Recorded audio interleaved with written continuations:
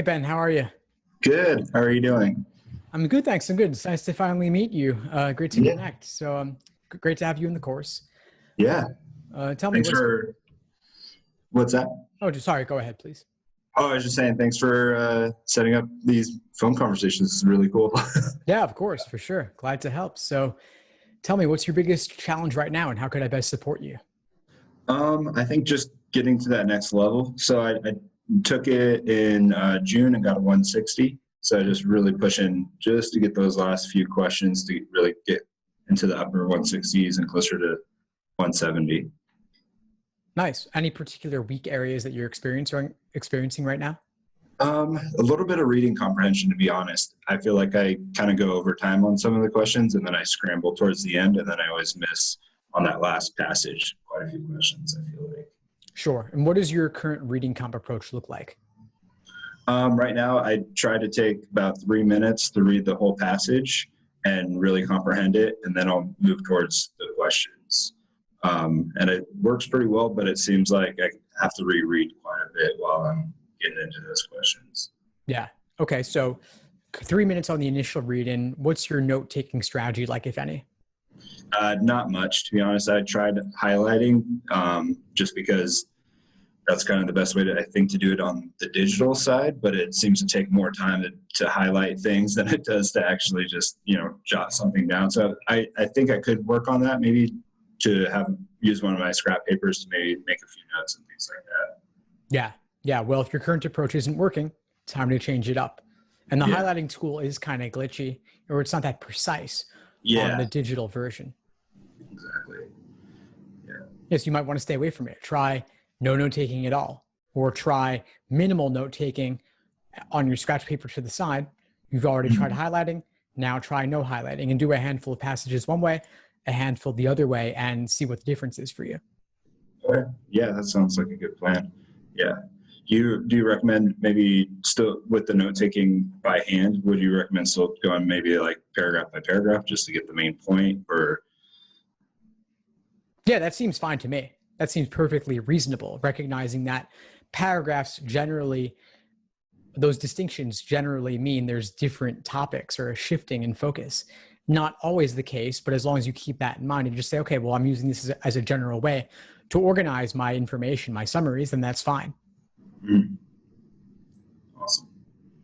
Yeah, another thing that I've been struggling a little bit too is the replace the rule questions on logic games. So I can make the inferences, I can do really well on that, but then when it comes to that one or two questions per section about replacing the rule, I seem to always miss that one.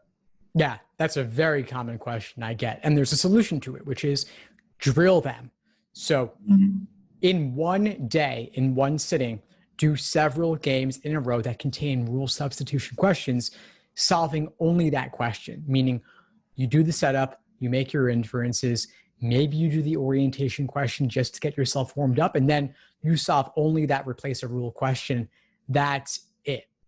Okay. Then you'll start to see the patterns involved in how to approach them. And I have a resource on this that I'll send you, as well as a list of every replace a rule question that has ever appeared on the exam.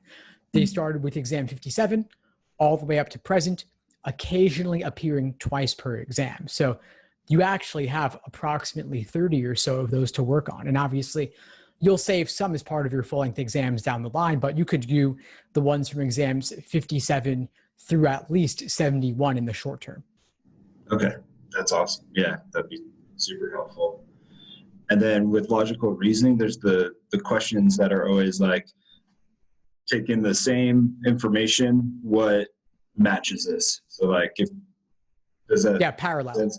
Yeah, parallel reasoning. Yeah. Those are always a little bit tricky for me too.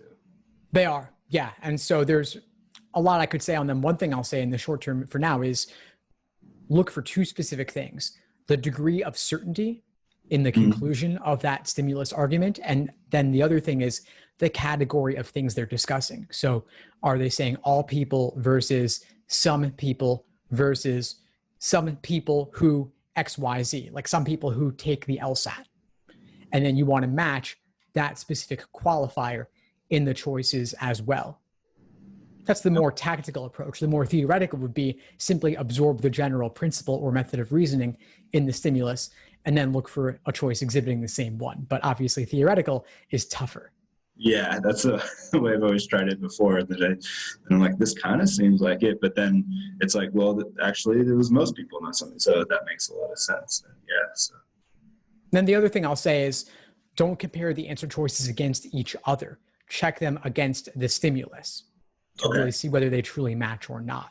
Checking choices against each other is a rabbit hole. It'll take you forever. Yeah, you're like, this one might be better. Yeah. Well, it's not about what's better. That's the funny thing, is that it's not about what's relative. And they say in the question stem, choose the best, which one most or which one best. But in reality, typically what you'll find is that for parallels, one matches it very closely. Like it's a virtual carbon copy simply with a different topic. It's very rare that one is very similar and one is only somewhat similar. Or just like for strengthening questions, typically one strengthens, four don't, one weakens, four don't. You might occasionally see one that weakens a little bit, whereas the other one weakens far more, but it's going to be a significant difference. Okay. Yeah. Yeah. I think it's about finding that obvious answer. And doing it quickly. I think that's where I can definitely improve with logical reasoning. Nice. And that's the area to focus. And when are you taking the exam? End of August, actually. So I've got less than a month now. Okay. So it sounds like you found some particular weak areas to focus on. I would say parallel reasoning, that's a tougher question type. So you might want to drill those on the side a little bit, but I wouldn't make it a major focus since there aren't that many of them on the exam period. Replace a rule, also not the most common, but you know it does come up consistently, so drill those on the side as well. I think for you, as out of the three things we've discussed, reading comp is the biggest area to focus because it's an entire section. And actually, on the flex, reading comp matters a bit more because there's only three sections and every question's worth the same. So reading comp's actually the largest percentage of questions. So I want you to spend some time figuring out your approach.